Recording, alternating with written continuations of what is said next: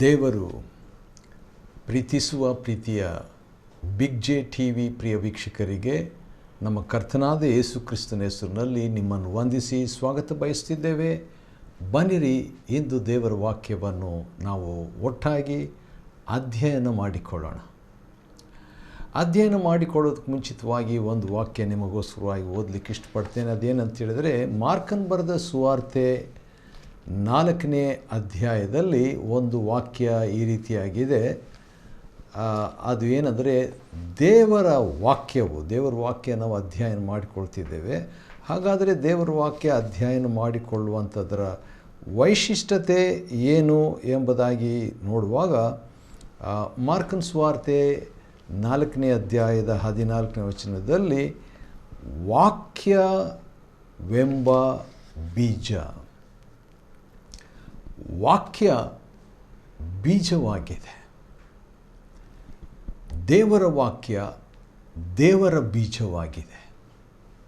ಹಾಗಾದರೆ ದೇವರ ವಾಕ್ಯ ಬಿತ್ತಲ್ಪಡುವಾಗ ದೇವರ ಬೀಜ ಮೊಳೆತು ದೇವರ ಜೀವ, ದೇವರ ಫಲ, ದೇವರ ಎಲೆ, ದೇವರ ಕೊಂಬೆ, ದೇವರ ಆ ಸತ್ವ ನಮಗೆ ಲಭ್ಯವಾಗ್ತದೆ ನಿಸ್ಸಂದೇಹವಾಗಿ. ಆದ ಕಾರಣ ಈ ರೀತಿಯಾಗಿ ನಾವು ಪ್ರತಿ ಅಧ್ಯಾಯವನ್ನು ಅಧ್ಯಯನ ಮಾಡುವುದರಲ್ಲಿ ಪ್ರಯೋಜನ ಉಂಟು, ಖಂಡಿತವಾಗಿ ಉಂಟು. ಇಂದಿನ ನಮ್ಮ ಅಧ್ಯಯನ ಎಸ್ತೇರಳ ಗ್ರಂಥ 7ನೇ ಅಧ್ಯಾಯ, the book of Esther, chapter 7. 6ನೇ ಅಧ್ಯಾಯದಲ್ಲಿ ನಡೆದಂಥ ಒಂದು ಘಟನೆ ಏನಂತ ಹೇಳಿದರೆ, ಅರಸನಿಗೆ ನಿದ್ರೆ ಬರಲಿಲ್ಲ ಅಂತೆ.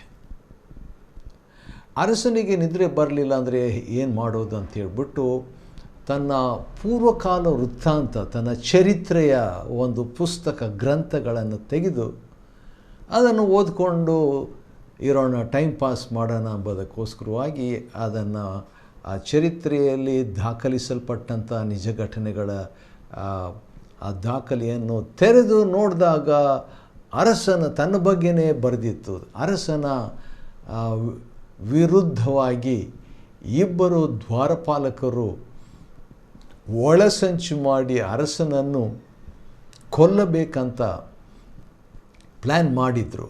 ಆದರೆ ಅದನ್ನು ಆ ಬಾಗಿಲು, ಅರಮನೆಯ ಬಾಗಿಲಲ್ಲಿ ಕೂತಿರುವಂಥ ಮೊರ್ದೆಕಾಯ್ ಅಂತ ಹೇಳಿದರೆ ವಾರಿಯರ್, ಶೂರ, ವೀರ ಅಂತ ಹೇಳ್ಬಿಟ್ಟು, ಅವನು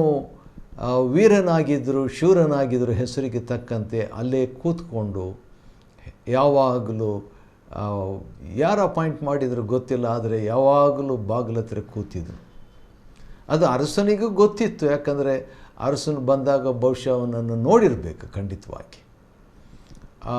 ಅದರ ಬಗ್ಗೆ ಮಾಹಿತಿ ಇವರ ಅರಸನ ಸೇವಕರಿಂದ ತನಗೆ ಬಂದಿರಬೇಕು ಈ ಒಂದು ವಿಷಯ. ಸರಿ, ಮೊರ್ದೆಕಾಯ್ ಅರಸನ ಪ್ರಾಣವನ್ನು ಕಾಪಾಡಿದನು ಎಂಬ ದಾಖಲೆ ಅಲ್ಲಿ ಬರೆದಿತ್ತು. ಅದನ್ನು ಅರಸನು ಆ ರೀತಿಯಾಗಿ ನಡೆದಂಥ ದೊಡ್ಡ ಘಟನೆ ಇದು. ತನ್ನ ಪ್ರಾಣ ತೆಗಿಬೇಕಂತ ಇಬ್ಬರಿದ್ದಾಗ ಅದನ್ನು ಹೇಗೋ ಮೊರ್ದೆಕಾಯ್ ಕಾಪಾಡಿಬಿಟ್ನಲ್ಲ, ಶೂರ ವೀರ ಕಾಪಾಡಿಬಿಟ್ನಲ್ಲ. ಅದಕ್ಕೆ ಬದಲಾಗಿ ಪ್ರತಿಯಾಗಿ ಅವನಿಗೆ ಏನಾದರೂ ಮಾನ, ಗೌರವ, ಪ್ರತಿಫಲ ಏನಾದರೂ ಕೊಟ್ರ ಎಂಬುದಾಗಿ ಕೇಳಿದಾಗ ಏನೂ ಕೊಡಲಿಲ್ಲ ಎಂಬಂಥ ಉತ್ತರ ಅರಸನಿಗೆ ಬಂತು. ಆದ ಕಾರಣ ಹೇಗೆ ಈ ಮೊರ್ದೆಕಾಯನ್ನು ಗೌರವಿಸಬೇಕು ಅಂತ ಅಂದುಕೊಳ್ತಾ ಇರುವಾಗ ಯಾರೋ ಬಂದರು. ಬರೋದಕ್ಕೆ ಮುಂಚಿತವಾಗಿ ಯಾರಲ್ಲಿ ಅಂತ ಮೊದಲೇ ಅರಸನು ಹೇಳ್ತಾನೆ. ಅದೇ ಟೈಮ್ನಲ್ಲಿ ಮೊರ್ದೆಕಾಯನ್ನು ಗಲ್ಲು ಮರಕ್ಕೆ ಹಾಕಬೇಕು ಅಂತ ಹೇಳ್ಬಿಟ್ಟು 50 ಮೊಳ ಎತ್ತರದ ಗಲ್ಲು ಮರ ರೆಡಿ ಮಾಡಿಬಿಟ್ಟು, ಹೆಂಡತಿ ಮತ್ತು ಪಂಡಿತರ ಸಮಾಲೋಚನೆ ಪ್ರಕಾರವಾಗಿ ಹಾಮಾನನ್ನು ರೆಡಿ ಮಾಡಿ ಈಗೇನು ರಾಜನ ಹತ್ರ ಪರ್ಮಿಷನ್ ತಗೊಳ್ಳೋಣ ಅಂತ ಬರ್ತಿದ್ದಾನೆ. ಹಾಮಾನು ಬಂದಿದ್ದಾನೆ ಅಂತ ರಾಜನ ಪರಿವಾರದವರು ಹೇಳಿದಾಗ ಒಳಗೆ ಬರಲಿಕ್ಕೆ ಹೇಳ್ರಿ ಅಂತ ಹೇಳ್ಬಿಟ್ಟು, ಯಾಕಂದರೆ ರಾಜನ ಸನ್ನಿಧಾನಕ್ಕೆ ಯಾರೂ ಕೂಡ ಪರ್ಮಿಷನ್ ಇಲ್ಲದೆ ಅಪ್ಪಣೆ ಇಲ್ಲದೆ ಬರಬಾರ್ದು. ಆಗ ರಾಜನು ಗೌರವಿಸುವಂಥ ವ್ಯಕ್ತಿ ಹೇಗಿರಬೇಕು, ಹೇಗೆ ಗೌರವಿಸಬೇಕು, ರಾಜನು ಒಬ್ಬ ವ್ಯಕ್ತಿಯನ್ನು ಗೌರವಿಸಬೇಕಂತ ಸನ್ಮಾನಿಸಬೇಕಂತ ಇಷ್ಟಪಟ್ಟಿದ್ರೆ ಯಾವ ರೀತಿಯಾಗಿ ಮಾಡಬೇಕೆಂಬುದಾಗಿ ಕೇಳಿದಾಗ ಹಾಮಾನು ತಿಳ್ಕೊಂಡ ತನ್ನ ಬಗ್ಗೆನೇ ರಾಜ ಚಿಂತೆ ಮಾಡ್ತಿದ್ದಾನೆ ಅಂತ ಹೇಳ್ಬಿಟ್ಟು, ಯಾಕಂತ ಹೇಳಿದ್ರೆ ಈಗಾಗಲೇ ಅವನಿಗೆ ಜವಾಬ್ದಾರಿಕೆ ಬಂದುಬಿಟ್ಟು ರಾಜನ ಕಡೆಯಿಂದ ಉಂಗುರ ಬಂದುಬಿಟ್ಟಿತ್ತು, ಅಧಿಕಾರ ಪಡ್ಕೊಂಡ್ಬಿಟ್ಟಿದ್ದ. ಎಸ್ತೇರ್ ರಾಣಿ ಬೇರೆ ರಾಜನನ್ನು ಹಾಮಾನನ್ನು ಮಾತ್ರ ಊಟಕ್ಕೆ ಕರೆದಿರ್ತಾಳೆ. ಆದ ಕಾರಣ ಈಗ ತನ್ನ ಬಗ್ಗೆನೇ ಇರಬೇಕಂತ ಹೇಳ್ಬಿಟ್ಟು ತಕ್ಷಣ ಧೈರ್ಯವಾಗಿ ಹೇಳ್ತಾನೆ ರಾಜನಿಗೆ. ಹಾಮಾನು ಏನಂತೆ, ರಾಜನ ವಸ್ತ್ರ ಸ್ವತಃ ತಗೊಂಬಂದು ರಾಜನ ಕುದುರೆ ಮೇಲೆ ಆ ವ್ಯಕ್ತಿಯನ್ನು ಕೂತ್ಕೊಳ್ಳುವಂತೆ ಮಾಡಿ ರಾಜವಸ್ತ್ರ ಧರಿಸ್ಬಿಟ್ಟಂಥ ವ್ಯಕ್ತಿಯ ರಾಜನ ಕುದುರೆ ಮೇಲೆ ಕೂತ್ಕೊಂಡ ಮೇಲೆ ಏನು ಒಬ್ಬ VIP ವ್ಯಕ್ತಿಯ ಆರಿಕೆ ಮಾಡಬೇಕು. ಅದೇನಂತ ಆರಿಕೆ ಮಾಡಬೇಕು, ಅರಸನು ಸನ್ಮಾನಿಸಬೇಕೆಂದಿರುವಂಥವನನ್ನು ಗೌರವಿಸುವ ರೀತಿ ಹೀಗೆ ಇದೇ ಎಂಬುದಾಗಿ ಹೇಳಬೇಕಂದ ತಕ್ಷಣ ಕೂಡಲೇ ಅರಸನು ಹೇಳ್ತಾನೆ, ಹಾಗಾದರೆ ಹಾಮಾನನೇ ಬೇಗನೆ ಇದನ್ನು ಮಾಡು, ಆದರೆ ಮೊರ್ದೆಕಾಯಿಗೆ ಇದನ್ನು ಮಾಡು ಅಂತಾನೆ. ಮೊರ್ದೆಕಾಯಿ ಅಲ್ಲಿ ಬಾಗಿಲು ಅರಮನೆಯ ಬಾಗಿಲ ಹತ್ರ ಕೂತಿದ್ದನಲ್ಲ ಆ ಯಹೂದಿ, ಅವನಿಗೆ ಹೀಗೆ ಮಾಡು ಅಂತ ಹೇಳ್ತಾನೆ. ಹೇಳುವಾಗಲೇ ಇನ್ನೊಂದು ಮಾತು ಆ್ಯಡ್ ಮಾಡ್ತಾನೆ ಅರಸನು. ಅದೇನಂತ ಹೇಳಿದ್ರೆ, ನೀನು ಹೇಳಿದ್ದು ಒಂದನ್ನು ಕಡಿಮೆ ಮಾಡದೆ ಒಂದನ್ನು ನೆರವೇರಿಸದೆ ಬಿಡಬೇಡ, ಎಲ್ಲ ನೆರವೇರಿಸಂದ ತಕ್ಷಣ ಈಗ ತನ್ನ ಪರಮ ವೈರಿಗೆ ಇವನೇ ರಾಜವಸ್ತ್ರ ಕೊಟ್ಟು, ಇವನೇ ಆ ರಾಜನ ಕುದುರೆ ಮೇಲೆ ಕೂತ್ಕೊಳ್ಳುವಂತೆ ಮಾಡಿ, ಇವನೇ ಮೆರವಣಿಗೆ ಕರ್ಕೊಂಡೋಗಿ, ಹಾಮಾನನೇ ಅವನನ್ನು ಮೆರವಣಿಗೆ ಕರ್ಕೊಂಡೋಗಿ, ಹಾಮಾನನೇ ಆ ಊರ ನಡುವೆ ಇವನ ಮುಂದೆ ಏನಂತ ಅರಸನು ಸನ್ಮಾನಿಸಬೇಕೆಂದಿರುವವನನ್ನು ಗೌರವಿಸುವ ರೀತಿಯು ಇದೆ ಎಂಬುದಾಗಿ ಪ್ರಕಟಿಸ್ತಾನೆ. ಅದಾದ ನಂತರ ಮೊರ್ದೆಕಾಯಿ ಅರಮನೆಗೆ ಹಿಂದಿರುಗ್ತಾನೆ. ಹಾಮಾನನ್ನು ತನ್ನ ಮನೆಗೆ ಮುಖ ಮುಚ್ಕೊಂಡು ಹೋಗ್ತಾನೆ. ಅವನು ಭಾಳ ಬೇಸರ ಆಗ್ತದೆ. ಹೆಂಡತಿ ಪಂಡಿತರ ಹತ್ರ ಈ ವಿಷಯ ಹೇಳಿದಾಗ ಈಗ ಗೊತ್ತಾಗ್ತದೆ. ಈಗ ಅವರು ಮಾತು ಬೇರೆ ರೀತಿಯಿಂದ ಹೇಳ್ತಾರೆ.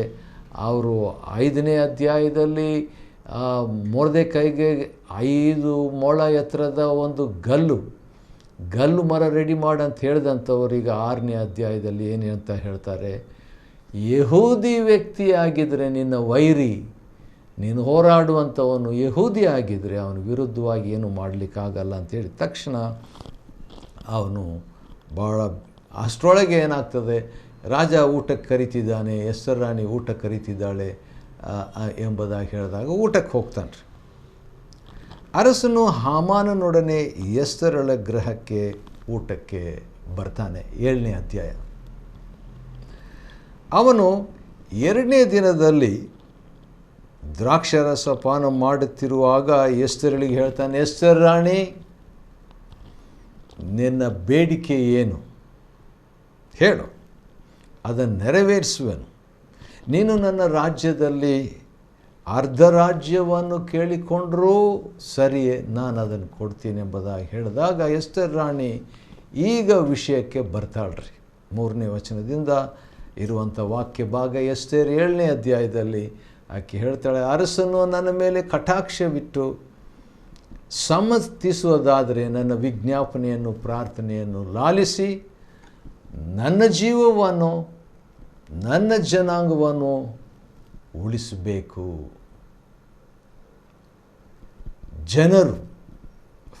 ಜನರು ಅಂತ ಹೇಳ್ತಾಳೆ. ಹೌದು, ನಿಜನೇ. ಜನರು ನಮ್ಮನ್ನು ಕೊಂದು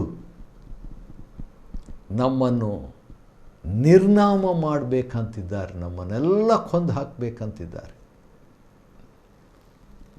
ಒಂದು ವೇಳೆ ನಾವು ದಾಸಿಯರಾಗಿ ಮಾರಾಟ ಮಾಡಿಬಿಟ್ಟಿದರೆ ಪರವಾಗಿಲ್ಲ, ಅರಸನ ಹತ್ರ ನಾನು ಕೇಳ್ತಿದ್ದಿಲ್ಲ.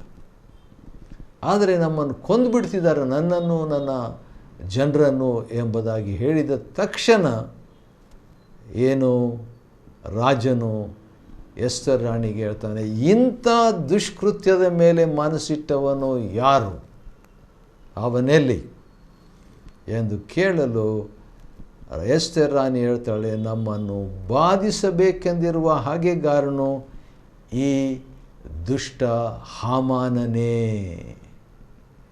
ಎಂಬುದಾಗಿ ಹೇಳ್ತಾಳ್ರಿ. ಊಟಕ್ಕೆ ಬಂದುಬಿಟ್ಟಿದ್ದಾರೆ, ಊಟ ಮಾಡ್ತಾ ಇದ್ದಾರೆ.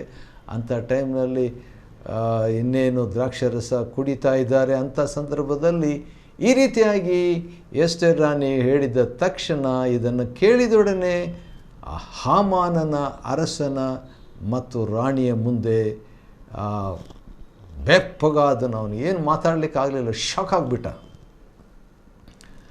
ಅರಸನಿಗೆ ಭಾಳ ಕೋಪ ಬಂದು ದ್ರಾಕ್ಷಾರಸ ಪಾನ ಮಾಡುವುದನ್ನು ಬಿಟ್ಟು ಎದ್ದು ಅರಮನೆಯ ತೋಟಕ್ಕೆ ಹೋಗ್ಬಿಡ್ತಾನೆ. ಭಾಳ ಶಾಕಿಂಗ್ ನ್ಯೂಸ್. ಅರಸನಿಗೂ ಶಾಕಿಂಗ್ ನ್ಯೂಸ್, ಹಾಮಾನನಿಗೂ ಶಾಕಿಂಗ್ ನ್ಯೂಸ್. 3 ದಿನ ಉಪವಾಸ ಪ್ರಾರ್ಥನೆ ಮಾಡಿದಂಥ ಎಸ್ತೇರಳಿಗೆ ದೇವರು ಕೊಟ್ಟಂಥ ಜ್ಞಾನ ಈ ರೀತಿಯಾಗಿತ್ತು. ಒಂದೇ ದಿವಸ ಎಲ್ಲ ಹೇಳಲಿಲ್ಲ. 1 ದಿವಸ ಆಯಿತು, 2ನೇ ದಿವಸ ಬಂತು, ಸ್ವಲ್ಪ ಟೈಮ್ ತಗೊಂಡ್ಲು, ಇದು 5ನೇ ದಿವಸ ಇದು. ಆ ರೀತಿಯಾಗಿ ಆಕೆಗೆ ನ್ಯೂಸ್ ಬಂದ ನಂತರ ಅಷ್ಟರೊಳಗೆ ಮೊರ್ದೆಕಾಯಿ ಡ್ರೆಸ್ಸು ಚೇಂಜ್ ಆಗಿಬಿಟ್ಟಿತ್ತು. ಯಾಕಂದರೆ ಈಗ ರಾಜವಸ್ತ್ರ ಧರಿಸ್ಕೊಂಡು ಬೇರೆ ಕೂತ್ಬಿಟ್ಟಿದ್ದಾನೆ. ಅಂಥ ಸಂದರ್ಭದಲ್ಲಿ ಈ ಮಾತನ್ನು ಹೇಳಿದ ಕೂಡಲೇ ಏನಾಯಿತು, ಹಾಮಾನನು ಈಗ ಏನು ಮಾಡಬೇಕು ಮುಗೀತು ಅಂತ ಗೊತ್ತಾಯ್ತು ಅವನಿಗೆ. ಅರಸನು ತೋಟದಿಂದ ಬಂದು ಎಸ್ತೇರಳು ಒರಗಿಕೊಳ್ಳುವ ಸ್ಥಳದಲ್ಲಿ ಹಾಮಾನನು ಬಿದ್ದುಕೊಂಡಿರೋದನ್ನು ನೋಡಿ ಅದು ಭಾಳ ಇನ್ಸಲ್ಟ್ ಆದಂಗೆ. ಯಾಕಂದರೆ ಮಹಾರಾಣಿಗೋಸ್ಕರವಾಗಿ ಮಾಡಿದಂಥ ಸ್ಥಳದಲ್ಲಿ ಈಗ ಹಾಮಾನನು ಬಿದ್ದುಕೊಂಡಿದ್ದಾನೆ. ಅದಕ್ಕೆ ರಾಜನು ಈಗ ನನ್ನ ಮುಂದೆಯೇ ನನ್ನ ರಾಣಿಯನ್ನು ಭಂಗಪಡಿಸಬೇಕಂದಿರ್ತಾನೋ ಏನೋ ಇವನು ಹಾಮಾನನ ಅಂತ ಹೇಳಿಬಿಟ್ಟು ಹೇಳ್ತಾ ಇರುವಾಗಲೇ ಏನಾಗ್ತದೆ ಅಂತ ಹೇಳಿದಾಗ ಅರಸನ ಸೇವೆ ಮಾಡ್ತಾ ಇದ್ದಂಥ ಒಬ್ಬ ವ್ಯಕ್ತಿ, ಅವನ ಹೆಸರು ಇಲ್ಲಿದೆ, ಅದು ಹರ್ಬೋನ್ ಅಂತ. ಹರ್ಬೋನನ ಏನು ಅಂತ ಹೇಳ್ತಾನೆ, ಈಗ ಹಾಮಾನನು ಮನೆ ಹತ್ತಿರ ಅರಸನ ಪ್ರಾಣ ರಕ್ಷಣೆಗಾಗಿ ಸಮಾಚಾರವನ್ನು ತಿಳಿಸಿದ ಮೊರ್ದೆಕೈಯನ್ನು ನೇತು ಹಾಕಬೇಕಂತ ಹೇಳ್ಬಿಟ್ಟು 50 ಮೊಳದ ಗಲ್ಲುಮರ ಇದೆಯಲ್ಲ ಅಂತ ಈ ಹರ್ಬೋನನ್ನು ಮಹಾರಾಜನಿಗೆ ಹೇಳ್ತಾನೆ. ಎಷ್ಟು ಧೈರ್ಯ ಇರಬೇಕು ಇವನಿಗೆ ಆ ಮಾತನ್ನು ಹೇಳಬೇಕಾದ್ರೆ. ಯಾಕಂದರೆ ಅವನ ಮುಂದೆನೇ ಮಹಾರಾಣಿ ಇದ್ದಾಳೆ, ಮಹಾರಾಣಿ ಮುಂದೆ ಮಹಾರಾಜ ಇದ್ದಾರೆ. ಮಹಾರಾಜರಿಗೆ ಈ ರೀತಿಯಾಗಿ ಹೇಳ್ತಿದ್ದಾಗ ಅದನ್ನು ಕೇಳಿಸ್ಕೊಳ್ತಾ ಇದ್ದಂಥ 3ನೇ ವ್ಯಕ್ತಿ ಹಾಮಾನನು ಸ್ವತಃ ಇದ್ದಾನೆ. ಅರಸನಿಗೆ ನೆಕ್ಸ್ಟು ದೊಡ್ಡ ಒಂದು ಆಡಳಿತದ ಒಂದು ಜವಾಬ್ದಾರಿಕೆಯನ್ನು, ಅರಸನ ಉಂಗುರವನ್ನು ಹಾಕಿಕೊಂಡಿದ್ದಂಥ ಧರಿಸಿಕೊಂಡಿದ್ದಂಥ ಒಂದು ಅಧಿಕಾರಿ, ಅವನ ಒಂದು ಬಗ್ಗೆ ಈ ಮಾತನ್ನು ಹೇಳಿದಾಗ ಅದು ನಿಜವಾಗಿ ಶಾಕಿಂಗ್ ಆಗಿರಬೇಕಲ್ವ? ಹೌದು. ಮೊರ್ದೆಕೈ ಅರಸನ ಪ್ರಾಣ ರಕ್ಷಣೆಗಾಗಿ ಸಮಾಚಾರವನ್ನು ತಿಳಿಸಿದ ಮೊರ್ದೆಕೈ. ಮೊದಲು ಅವನ ಹೆಸರು ಹೇಗೆ ಬಂತು ಮೊರ್ದೆಕೈ ಅಂತ ಹೇಳುವಾಗ ಅರಮನೆಯ ಬಾಗಿಲಿನ ಬಳಿಗೆ ಕೂತಿರುವ ಮೊರ್ದೆಕೈ ಅಂತ ಬಂತು.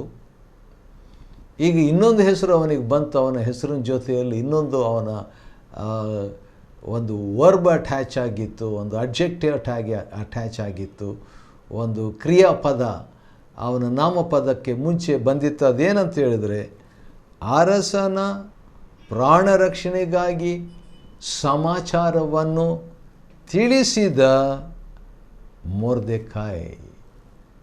ಮೊರ್ದೆಕೈಯನ್ನು ನೇತು ಹಾಕುವುದಕ್ಕೆ ಇವನಿಂದ ಅಷ್ಟ ರೆಸ್ಪೆಕ್ಟ್ ಕೊಟ್ಟ ಹಾಗೆ ಕಾಣ್ತಾ ಇಲ್ಲ. ಇವನಿಂದ ಸಿದ್ಧ ಮಾಡಲ್ಪಟ್ಟ 50 ಮೊಳ ಎತ್ತರವಾದ ಗಲ್ಲು ಮರ ಇರ್ತದಲ್ಲ ಅಂತ ಕರೆಕ್ಟ್ ಟೈಮ್ನಲ್ಲಿ ಬಂದು ಅವನು ಹೇಳಿದಾಗ ಅರಸನು ಏನು ಹೇಳ್ತಾನೆ, ಇವನನ್ನು ಅದಕ್ಕೆ ನೇತು ಹಾಕಿರಿ ಅಂತ ಆಜ್ಞಾಪಿಸಿದನು. ಹಾಮಾನ ಕತೆ ಮುಗೀತು. ಯಾರಿಗೋಸ್ಕರವಾಗಿ ಸಿದ್ಧ ಮಾಡಿದಂಥ, ಯಾರ ಕೈಯಿಂದ ಸಿದ್ಧ ಮಾಡಿದಂಥ, ಯಾರ ಯೋಚನೆ ಅನುಸಾರವಾಗಿ ಸಿದ್ಧ ಮಾಡಿದಂಥ ಆ ಗಲ್ಲು ಮರ ಹಾಮಾನನ್ನು ಸಿದ್ಧ ಮಾಡಿತ್ತು. ಈಗ ಹಾಮಾನನೇ ಅದೇ ಗಲ್ಲಿಗೆ ಬೇರೆಯವರಿಗಾಗಿ ವೈರಿಗಾಗಿ ಸಿದ್ಧ ಮಾಡಿದಂಥ ಗಲ್ಲು ಈಗ ಅವನೇ ಅದಕ್ಕೆ ತುತ್ತಾಗಬೇಕಾಯಿತು. ಇದರಲ್ಲಿ ಆಶ್ಚರ್ಯ ಏನಂದರೆ, ಹೌದು, ಕತೆ ಭಾಳ ವ್ಯತ್ಯಾಸ, ಭಾಳ ಟರ್ನಿಂಗ್, ಏನೇನೋ ಆಗಿ ಏನೇನೋ ಯಾವ್ಯಾವ ರೀತಿಯಲ್ಲಿ ಆಗುವಂಥದ್ದು. ಅರಸನ ನಿದ್ದೆ ಇಲ್ಲದೆ ಹೋದ ಕಥೆಯಿಂದ ಅದು ಪ್ರಾರಂಭವಾಗ್ತದೆ ಒಂದು ರೀತಿಯಿಂದ. ಎಸ್ತೇರ್ ಪುಸ್ತಕದಲ್ಲಿ ದೇವರು ಎಂಬ ಪದ ಇಲ್ಲದಿದ್ದರೂ ದೇವರ ಕಾರ್ಯ ಇದೆ, ದೇವರ ಹಸ್ತ ಇದೆ, ದೇವರ ಸಾರ್ವಭೌಮತ್ವ ಇದೆ. ಯಾಕಂತ ಹೇಳಿದ್ರೆ ಅರಸನಿಗೆ ನಿದ್ದೆ ಆ ರಾತ್ರಿನೇ ಬರಬಾರ್ದ. ಒಂದು ವೇಳೆ ಅರಸನ ನಿದ್ದೆ ಮಾಡಿಬಿಟ್ಟಿದ್ರೆ ಏನಾಗ್ತಿತ್ತು? ಭಾಳ ವಿಚಿತ್ರ. ಒಂದು ವೇಳೆ ಅರಸನು ಆ ಗ್ರಂಥ ಓದದಿದ್ದರೆ ಏನಾಗ್ತಿತ್ತು? ಅರಸನ ನಿದ್ದೆ ಬರಲಿಲ್ಲ ಅಂತ ಹೇಳ್ಬಿಟ್ಟು ಓದಿದಾಗ ಇದೇ ಸಿಗಬೇಕಾ?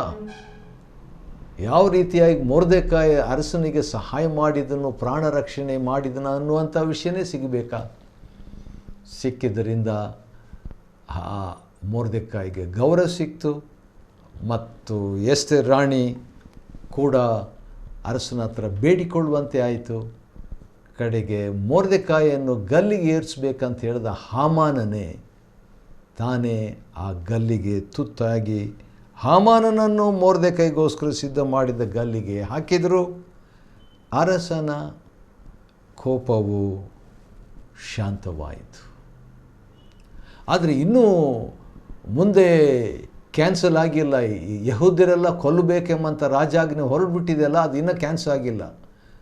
ಒಬ್ಬನು ಮಾತ್ರ ಸತ್ತೋದ, ಅದನ್ನು ಪ್ಲ್ಯಾನ್ ಮಾಡಿದವನು. ಮುಂದೆ ಏನಾಗ್ತದೆ ನಾವು ನೋಡಿಕೊಳ್ಳೋಣ, ದೇವರು ಯಾವ ರೀತಿಯಾಗಿ ಕಾರ್ಯ ಮಾಡಿದರು ಎಂಬುದರ ವಿಷಯದಲ್ಲಿ. ಎಸ್ತೇರ್ ಗ್ರಂಥ 7ನೇ ಅಧ್ಯಾಯವನ್ನು ಅಧ್ಯಯನ ಮಾಡಿಕೊಳ್ಳುವಂತೆ ದೇವರು ಕೊಟ್ಟ ಕೃಪೆಗಾಗಿ ಆತನಿಗೆ ಸ್ತೋತ್ರವಾಗಲಿ. ದೇವರು ನಿಮ್ಮನ್ನು ಆಶೀರ್ವದಿಸಲಿ.